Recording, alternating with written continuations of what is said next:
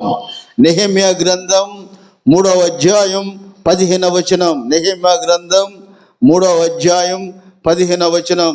అటు వెనక మిస్సా ప్రదేశమునకు అధిపతి అయిన కొల్హోజా కుమారుడైన షెల్లుముదారు యొక్క గుమ్మమును బాగు చేసి కట్టిన తర్వాత దానికి తలుపులు నింపి తాళములను గడిలను అమర్చెను. ఇది కాక దావీదు పట్టణము నుండి క్రిందకు పోవు మెట్ల వరకు రాజు తోట యొద్దనున్న షిలోయం మడుగు యొక్క గోడను అతను కట్టెను. ఈ యొక్క షిలోము దేవాలయానికి ఎంత హిస్టరీ ఉందో తెలుసా?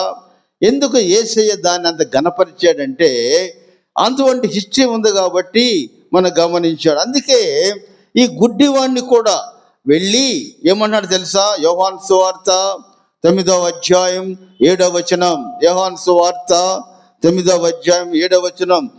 నీవు